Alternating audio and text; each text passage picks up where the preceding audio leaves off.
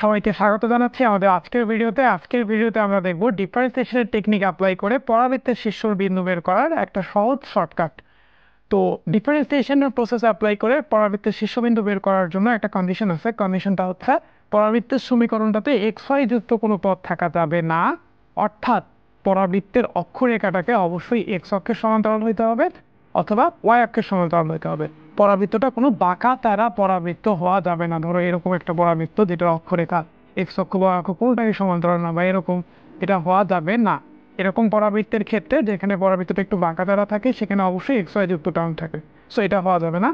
আর প্রসেসটা হচ্ছে যে একঘাত চলকটাকে ধ্রুবক ধরে দ্বিঘাত চলকের সাপেক্ষে ডিফারেন্সিয়েশন বের করে মান বের করতে হবে আর কি। হ্যাঁ, আমরা একটু খেয়াল করি এই এক্সাম্পলটা।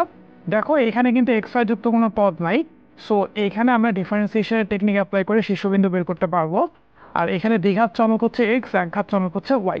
সো আমরা দ্বিঘাত চলক এক্স এর সাপেক্ষে ডিফারেন্সিয়েশন করব, একঘাত চলক ওয়াইকে আমরা কনস্ট্যান্ট ধরে নিচ্ছি।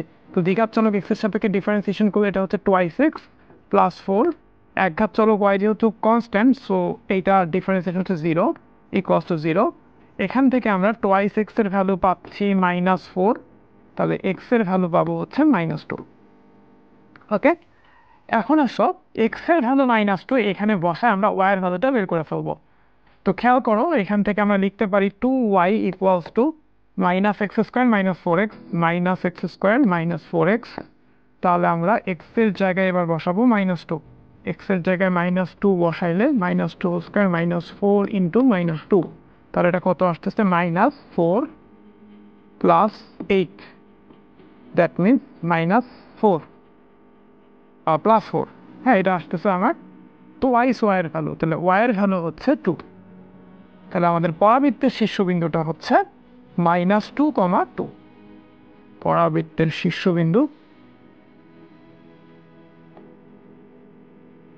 -2,2। আমাদের পরাবৃত্তটা অ্যাকচুয়ালি দেখতে হচ্ছে এরকম একটা পরাবৃত্ত। এটা হচ্ছে শীর্ষবিন্দু, শীর্ষবিন্দু -2,2। ওকে, আরেকটা এক্সাম্পল দেখি। দেখো এই এক্সাম্পলটার ক্ষেত্রে এখানেও এক্স ওয়াই যুক্ত কোনো পদ নাই এবং দ্বিঘাত চলক হচ্ছে ওয়াই, একঘাত চলক হচ্ছে এক্স। সো দ্বিঘাত চলকটার সাপেক্ষে আমরা ডিফারেন্সিয়েশন করব, একঘাত চলককে কনস্ট্যান্ট হিসেবে মনে করে নিব। তাহলে আমরা এক্সকে কনস্ট্যান্ট ধরে নিয়ে ওয়াইয়ের সাপেক্ষে যদি ডিফারেন্সিয়েশন করি তাহলে এটা পাচ্ছি 2y।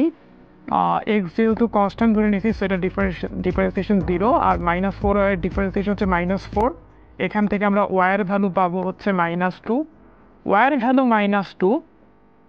এবার এখান থেকে খেয়াল করো 4x ইকুয়ালস টু আমরা লিখতে পারি, 4x ইকুয়ালস টু লিখতে পারি y² + 4y, y² + 4y। ওকে, এবার x এর ভ্যালু y এর ভ্যালু -2 যদি আমরা এখানে বসাই, -2² + 4 ইন্টু -2, তাহলে কত আসে? এটা হচ্ছে 4, এটা হচ্ছে -8, -4। 4x এর ভ্যালু -4, তাহলে x এর ভ্যালু হচ্ছে -1। তাহলে আমাদের পরাবৃত্তটা শীর্ষবিন্দু হচ্ছে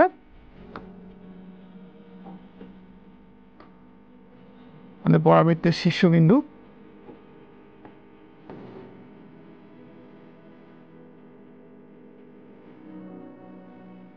-1, -2, -1, -2।